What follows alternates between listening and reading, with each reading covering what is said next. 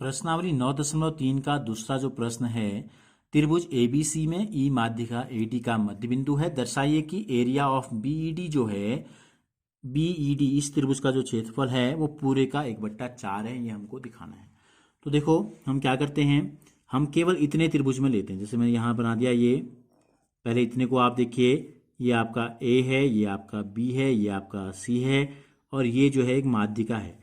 इसने लिखा है माध्यिका एडी, तो ये एक माध्यिका है।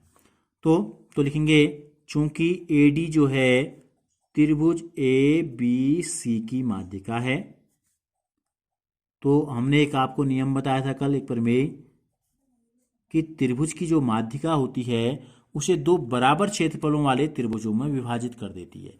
तो यानी कि डी ने इस पूरे त्रिभुज के दो भाग कर दिए, एक भाग इधर वाला और एक भाग इधर वाला।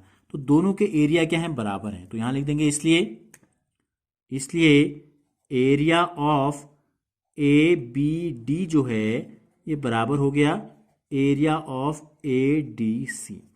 इस त्रिभुज का और इस त्रिभुज का क्षेत्रफल क्या हो गया, बराबर हो गया। ठीक हो गया। अब हम क्या करते हैं, अब हम लेते हैं त्रिभुज ए बी डी को लेते हैं। हम लेते हैं त्रिभुज ए बी डी। आप देखेंगे, ध्यान से देखेंगे आप, देखो ये है ए, ये है बी और ये है डी, और इस ए डी का जो मध्य बिंदु है वो ई है। हमको यहां दिया है ई माध्यिका ए डी का मध्य बिंदु है, तो इसको मिला देते हैं। तो ये ई है, तो बी से अगर ई को मिलाएंगे तो बी भी क्या हो जाएगी, माध्यिका हो जाएगी। तो फिर लिखेंगे चूंकि बीई जो है, बीई त्रिभुज ए बी डी की माध्यिका है, तो त्रिभुज की माध्यिका उसे दो बराबर क्षेत्रफलों वाले त्रिभुजों में विभाजित करती है। तो इससे क्या फायदा हुआ, इससे हमको ये पता चला कि इस त्रिभुज के जो दो भाग हो रखे हैं, एक भाग ये और एक भाग ये, तो इन दोनों का भी क्षेत्रफल बराबर है। इसलिए area of B.Ed, area of B.Ed बराबर एरिया ऑफ ए बीई। अगर ये पूरा 100 होता तो ये 50-50 होते, तो हम इसको ऐसे भी लिख सकते हैं, यानी कि आधा, यानी कि 1/2। किसका 1/2, त्रिभुज ए बी डी का, area of A B D पूरे का आधा। ठीक है, इसका आधा। इसी प्रकार हम यहां भी लिख सकते थे, ये दोनों बराबर हैं और पूरे का आधे के बराबर है। अगर हम बराबर लिख दें तो इसको हम लिख देते हैं 1/2 एरिया ए बी सी। ठीक है, 1/2 एरिया एबीसी, इसको हमने ले लिया समीकरण नंबर 1। यह है इसका आधा। इसी प्रकार अगर हम देखें इस त्रिभुज में, त्रिभुज ए सी डी में, त्रिभुज ए सी डी में चूंकि ई मध्य बिंदु है, तो इसमें सी भी क्या है, त्रिभुज की माध्यिका है।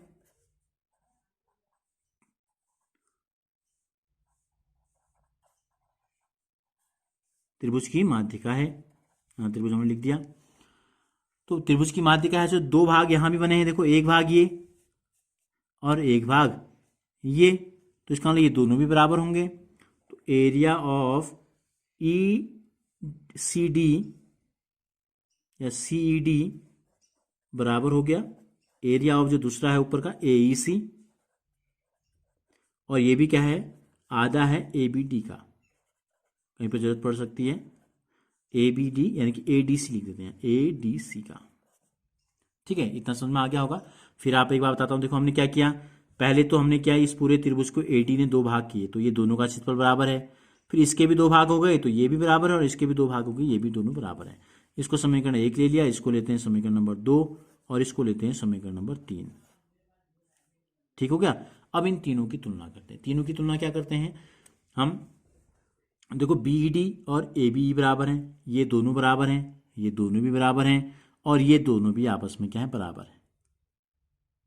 ये मानो आप इस प्रकार से समझो, अगर हमने कहा ये पूरा 100 है, तो ये भी 50-50 है, ये 100 है तो ये भी 100 है, ये 100 है तो ये, इसके आधे भी 50-50 हो गए, यानी कि चारों बराबर हो गए। कहने का मतलब यह है।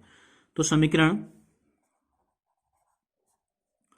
1, 2 और 3 की तुलना करने पर, 1, 2 व 3 की तुलना करने पर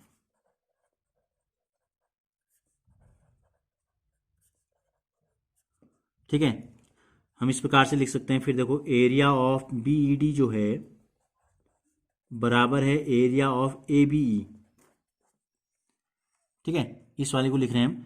area of B.Ed area of ABE है, कितना है 1/2 एरिया ऑफ एबीडी है। दूसरा हमारा आया है एरिया ऑफ सीईडी बराबर है एरिया ऑफ एईसी, किसके बराबर है एबीसी एडीसी के आधे के बराबर। अब यहां देखो एडीसी किसके बराबर है एबीडी के बराबर है, तो हम एडीसी की जगह एबीडी लिख देते हैं 1/2 एरिया ऑफ एबीडी। समीकरण नंबर 2 को हमने कुछ नहीं किया, समीकरण नंबर 3 में हमने एडीसी का मान एबीडी रख दिया। ठीक है, ये 3 का संशोधित रूप हो गया। अब इनके दोनों के बाएं पक्ष दाएं पक्ष बराबर हैं तो बाएं पक्ष भी बराबर होंगे, तो इससे हमें निष्कर्ष निकल गया कि एरिया ऑफ बीईडी बराबर एरिया ऑफ एबीई बराबर एरिया ऑफ सीईडी और बराबर एरिया ऑफ एईसी। ये चारों क्या हो गए बराबर हो गए। ये 4 हिस्से जो यहां दिखाई दे रहे थे 1 2 3 4, ये 4 के 4 बराबर हो गए। 4 के 4 क्या हो गए, इसका मतलब बराबर हो गए। बराबर होने का मतलब क्या है कि अगर हम एक भाग की बात करें, अगर हम केवल इतने की बात करें, हमको बताना है एरिया ऑफ बीईडी, इसलिए एरिया ऑफ बीईडी जो है ये पूरे का 1/4 होगा, ये हमको बताना है। तो 1/4 कैसे हो गया, ये देखो ये 4 त्रिभुज आपके बने थे इस प्रकार से। अब 4 के 4 बराबर हो गए तो हमको ये बताना है इतना हिस्सा, ये चारों भाग बराबर हो गए, हमको पता चल गया। तो इसलिए 1/4 पूरा त्रिभुज का नाम है एबीसी।